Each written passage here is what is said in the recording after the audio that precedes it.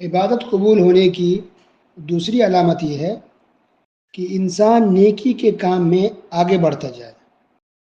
نیکی پہ نیکی کرتا چلا جائے، خوب نیکی کا کام کرے، اچھے اچھے کام کرے، خوب عبادتیں کرے۔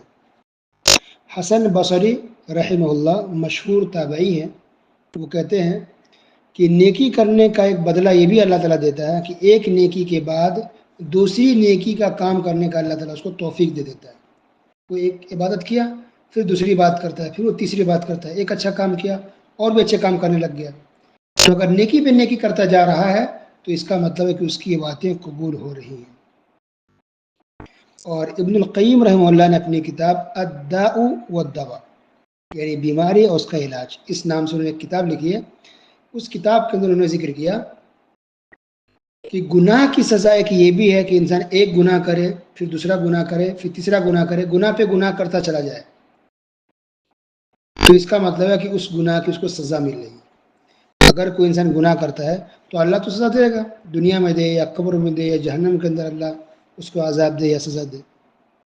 وہ تو ہے۔ لیکن ایک سزا یہ بھی ہے کہ انسان ایک گناہ کرنے کا پھر دوسرے گناہ میں چلا جائے، یا اسی گناہ کو کنٹینیو کرتا چلا جائے، وہ چھوڑ نہیں رہا، توبہ نہیں کر رہا، ہٹ نہیں رہا ہے، اپنی زندگی سے اس گناہ کو نکال کے پھینک نہیں رہا ہے، اسی گناہ کو یا تو کنٹینیو کر رہا ہے یا گناہ پہ گناہ اور کئی گناہ الگ طرح کے گناہوں میں انسان پھنستا جا رہا ہے۔ تو اس کا مطلب ہے کہ اس گناہ کی اس کو سزا مل رہی ہے۔ یہ بھی گناہ کی ایک سزا کی ایک شکل ہے کہ انسان گناہ پہ گناہ کرتا چلا جائے۔ اللہ اکبر۔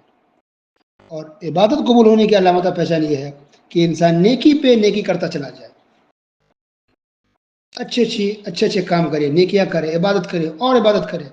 مثال کے طور پر اگر کوئی انسان ایک دن میں 2 صفحہ قرآن پڑھتا تھا تو اب 3 پیج پڑھنے لگ جائے، کوئی 4 پڑھتا تھا تو 5 صفحہ قرآن کی تلاوت کرنے لگ جائے، یا کوئی آدھا پارہ پڑھتا تھا تو 1 پارہ پڑھنے لگ جائے، تو اس کا مطلب اس کے بعد قبول ہو رہی ہے، اس کی کوانٹٹی بڑھتی جا رہی ہے، وہ عبادت اور کرنے لگ گیا زیادہ۔ اسی طرح کوئی انسان فرض نماز کی تو پابندی کرتا تھا لیکن سنت کی بھی پابندی کرنے لگ گیا، فرض نماز سے پہلے کی سنت، فرض نماز کے بعد کی سنتیں، اسی طرح صبح شام کے اذکار پڑھنے کا اہتمام، صبح کی دعا پڑھنے کا اہتمام، شام کی دعائیں پڑھنے کا اہتمام، اسی طرح اور بھی باتیں، صدقہ خیرات مثلا کوئی اگر 5,000 کرتا تھا تو وہ 10,000 کر رہا ہے، کوئی جو 10,000 کرتا تھا وہ 20,000 کر رہا ہے۔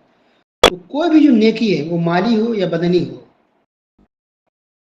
اگر انسان نیکی کا اور بڑھتا جا رہا ہے، نیکی پہ نیکی اور کرتا جا رہا ہے، تو اس کا مطلب ہے ایک علامت، ایک پہچان ہے کہ اس کی عبادت قبول ہو رہی ہے۔